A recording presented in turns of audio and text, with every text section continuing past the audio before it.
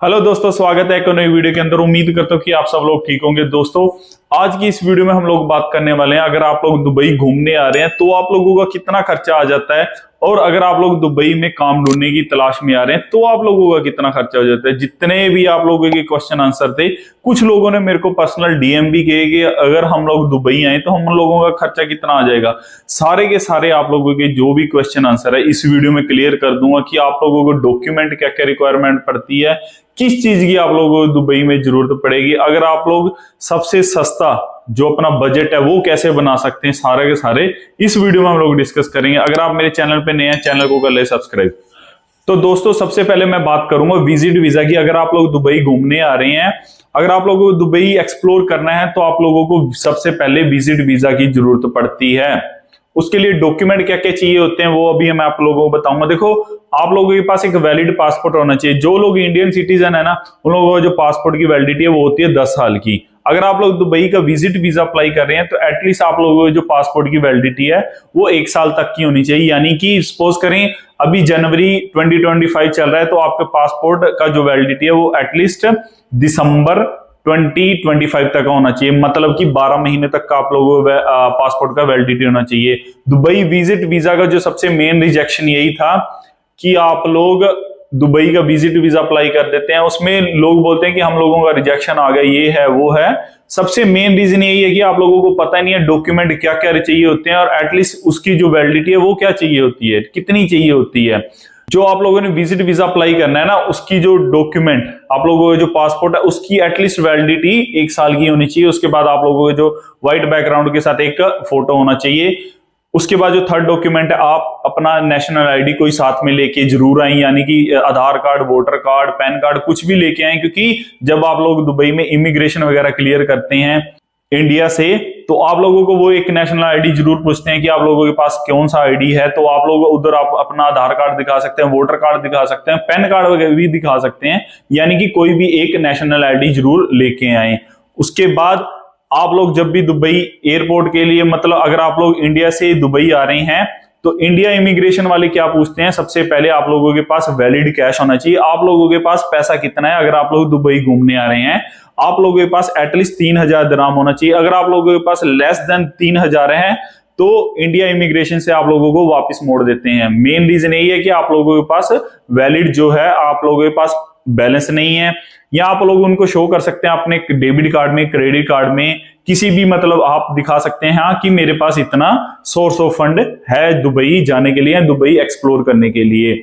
उसके बाद आ जाता है आप लोगों का जो बजट है दुबई में। सबसे कम बजट मैं आप लोगों को बता दूंगा कि आप लोगों को किधर किधर घूमना चाहिए या आप लोगों को किधर स्टे करना चाहिए। देखो, सबसे पहले मैं बात करूंगा आप लोगों के विजिट वीजा का जो खर्चा है वो होता है 350 दिरहम, जो कि इंडिया में बन जाता है 8000 रुपए।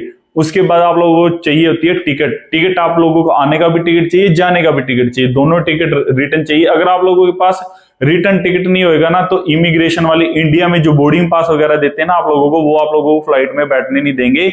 ये चीज आप लोगों ने ध्यान में रखनी है। उसके बाद आप लोगों के पास वैलिड बैलेंस हो गया, आप लोगों ने टिकट भी ले ली।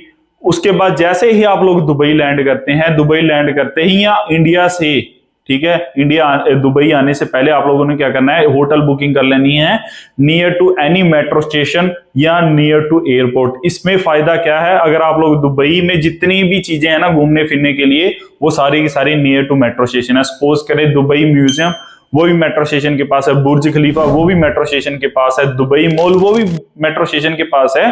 तो जितनी भी चीजें हैं ना सारी मेट्रो स्टेशन के पास में ही है। तो आप लोगों ने जो रूम ढूंढना है वो नियर टू मेट्रो स्टेशन होना चाहिए। इसका जो खर्चा आ जाता है, अगर आप लोग 1 हफ्ते का बुक करते हैं तो वो आएगा 700 दिरहम। अगर आप सपोज करें आज होटल कहीं और बुक कर दिया, कल को कहीं और कर दिया, तीसरे दिन कहीं और कर दिया, इसमें आप लोगों का एक्सपेंस ज्यादा आ जाता है, क्योंकि ईच डे का जो हर एक दिन का होता है वो होटल का रेंट होता है 150 दिरहम, किसी में 200 होता है। लेकिन अगर आप लोग इकट्ठा मतलब पैकेज बुक करते हैं, जैसे कि 7 दिन का करते हैं, 10 दिन का बुक करते हैं, तो उसमें आप लोगों को डिस्काउंट दे देते हैं। और जो चीपेस्ट होता है, जो मेरे हिसाब से होता है ईच डे के हिसाब से, फिर आप लोगों को पड़ेगा 100 दिरहम, जो कि बन जाता है 700 दिरहम। ऑलमोस्ट आप लोगों का जो खर्चा आ जाता है 15,000 के आसपास आ जाता है। उसके बाद जो रिटर्न टिकट का खर्चा होता है वो होता है 25,000 के आसपास हो जाता है। मतलब कि ऑलमोस्ट आप लोगों का 50,000 के आसपास जो भी बजट होता है इतना बन जाता है। उसके बाद अगर आप लोगों ने देखो दुबई एक्सप्लोर करना है, वो आप पे डिपेंड करता है। जैसे कि डेजर्ट सफारी, इसका भी अलग से टिकट है। अगर आप लोगों को बुर्ज खलीफा के टॉप पे जाना है, इसका भी अलग से टिकट होता है। हर दुबई में जितने भी प्लेस हैं घूमने के लिए, ग्लोबल, अभी नेक्स्ट महीने में ग्लोबल विलेज ओपन हो रहा है, तो इसमें भी आप लोगों का खर्चा बन जाता है। तो एटलीस्ट आप लोग अपना वैलिड मनी लेके आए साथ में, अगर आप लोगों को दुबई अच्छे से एक्सप्लोर करना है, क्योंकि दुबई में घूमने फिरने के लिए चीजें बहुत हैं, लेकिन आपके पास समय कम होता है। आप लोगों ने अगर हफ्ते में आना है, हफ्ते में देख सकते हैं। अगर आप लोगों ने 10 दिन के लिए आना है, 10 दिन के लिए देख सकते हैं। तो दोस्तों ये था विजिट वीजा का खर्चा, कितना खर्चा आ जाता है। उसके बाद हम लोग बात करते हैं, अगर आप लोग काम ढूंढने की तलाश में आ रहे हैं तो आप लोगों का खर्चा कितना आ जाता है। देखो, काम ढूंढने वालों को तो मैं सबसे पहले यही बात बोलूंगा कि दोस्त, आप लोग घर से निकलने से पहले जो ये डॉक्यूमेंट है ना, ये जरूर लेके साथ में आए, क्योंकि अगर आप लोग दुबई आएंगे, दुबई से करवाएंगे ये सिस्टम, तो आप लोगों को बहुत महंगा पड़ जाएगा।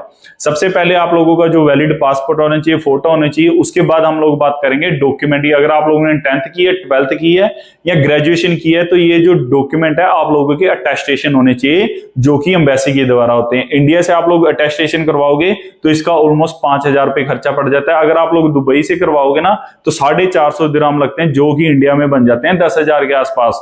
उसके बाद आप लोगों का आ जाता है पुलिस वेरिफिकेशन सर्टिफिकेट। अगर आप लोग दुबई से भी करवा सकते हैं on behalf your passport copy, इधर से आप लोगों को 250 दिरहम के आसपास खर्चा पड़ता है। अगर आप लोग इंडिया से करवाते हैं, देखो किसी का पुलिस स्टेशन में कोई दोस्त, यार, मित्र, चाचा, भाई, कोई भी जान पहचान वाला होता है, तो किसी में फ्री में भी कर देते हैं। जो गवर्नमेंट की जो इंडिया में फीस लगती है 100-200 रुपए, वही देनी पड़ती है। ऑलमोस्ट ज्यादा से ज्यादा आप लोगों को 500 रुपए पे करने पड़ते हैं इंडिया में। कहां आप लोगों को डॉक्यूमेंट अटेस्टेशन के इधर आप लोगों को जो पुलिस क्लियरेंस का लेना, सर्टिफिकेट लेना है, उसके आप लोगों को 6,000 के आसपास पे करना है। कहीं आप लोगों को 5,000 रुपए, मतलब कि इस तरह से आप लोग अपना जो पैसा है सेव कर सकते हैं। उसके बाद जैसे आप लोग दुबई में एंटर हो जाएं, ठीक है, सबसे पहले तो आप लोगों ने जो अकोमोडेशन ढूंढनी है ना, नियर टू अकोमोडेशन आप लोग किसी भी मेट्रो स्टेशन के पास ढूंढ लें, ठीक है, क्योंकि मोस्टली जितनी भी कंपनीज है ना, आप लोगों को नियर टू मेट्रो मिलेंगी, या आप लोग जैसे ही मेट्रो से उतरेंगे उधर आप लोगों को बस स्टेशन मिलेगा, बस स्टेशन के साथ भी आप लोग सफर कर सकते हैं। ये चीजें मैं क्यों बता रहा हूं, क्योंकि दुबई में जैसे आप लोग आएंगे, आप लोगों का जो पैसा है वो कैसे बचा सकते हैं, खर्चा कैसे आप लोगों का कम कर सकते हैं। उसके बाद आप लोगों ने इधर जैसे दुबई में आ जाते हैं, आप लोगों के पास जो वीजा होता है वो 2 महीने का वैलिड वीजा होता है। उसके बिहाफ पे आप लोग दुबई में जॉब ढूंढ सकते हैं।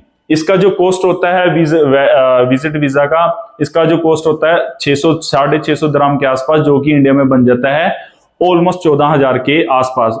रिटर्न टिकट आप लोग को लेके भी आने, उसके बाद आप लोग कैंसिल भी करवा सकते हैं, लेकिन आप लोगों को रिटर्न टिकट साथ में लेके आनी पड़ेगी। उसके बाद आप लोगों को एयरपोर्ट पे बैलेंस भी शो करना पड़ेगा कि हाँ मेरे पास इतने पैसे हैं, या कार्ड, कोई भी इंडिया का कार्ड है, आप लोगों को दिखाना पड़ेगा कि हाँ मेरे पास इतना वैलिड बैलेंस है।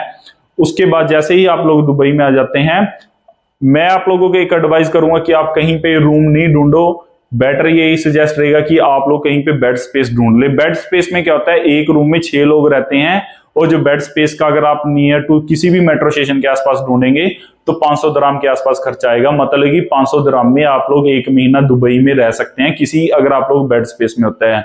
उसमें देखो आप लोगों के साथ जो 5 लोग और होंगे, क्या पता आप लोग उनको जानते ना हो, कुछ टाइम के लिए आप लोगों को एडजस्ट करना पड़ेगा। उसके बाद जैसे आप लोगों को जॉब मिल जाएगी तो कुछ कंपनी ऐसे आप लोगों को अकोमोडेशन प्रोवाइड कर देंगी, कुछ कंपनी ऐसे होती हैं कि आप लोगों को पैसा देंगी अकोमोडेशन के लिए। तो बेटर सजेस्ट यही है कि जैसे ही आप लोग दुबई में आए तो आप लोग अपना जो बेड स्पेस वगैरह ढूंढ लें, जो कि नियर टू मेट्रो स्टेशन होता है, उसका खर्चा 500 दिरहम होता है। खाने पीने पे थोड़ा कंट्रोल करें, कुछ चीजें ऐसे करें जो कि आप लोग इंडिया से स्नैक्स वगैरह अपने साथ में लेके आए, जैसे कि बिस्किट वगैरह या नमकीन, भुजिया, कुछ भी साथ में लेके आए, ताकि आप लोगों को दुबई में जॉब ढूंढने में कोई डिफिकल्ट ना हो। तो ये थी कि वर्क वीजा, अगर आप लोग दुबई में काम ढूंढने की तलाश में आ रहे हैं, कितना खर्चा आ जाता है। देखो 650 दिरहम आप लोगों का जो वीजे का खर्चा आ जाता है, जो कि ऑलमोस्ट बन जाता है 14,000 के आसपास। उसके बाद आप लोगों ने जो रिटर्न टिकट भी लेके आना है, 25,000 रुपए के आसपास रिटर्न टिकट हो जाती है। एक वन साइडेड की, जैसे आप लोग दुबई में आए तो कैंसिल करवा सकते हैं। उसके बाद जो खर्चा आ जाएगा 13,000 के आसपास वो खर्चा आ जाता है। 13 और ये 26-27 हजार रुपये आप लोगों का जो टिकट और वीजा का खर्चा हो गया। उसके बाद आप लोग जैसे दुबई में अकोमोडेशन वगैरह ढूंढते 10-12 हजार रुपये एक महीने का रहने का कहीं पे भी खर्चा आ जाएगा। ये हो सकता है। आप लोगों का जो खाने पीने का खर्चा होता है वो ज्यादा से ज्यादा 400 दिरहम होता है, जो कि इंडिया में बन जाता है 8,000 रुपए के आसपास। 8,000 रुपये आप ये लगा लें, आपका रूम रेंट हो गया 10,000, 8,000, 18,000 ये हो गया, और 26,000 रुपये में जैसे कि आप लोग दुबई से इंडिया से आप लोग दुबई आ सकते हैं।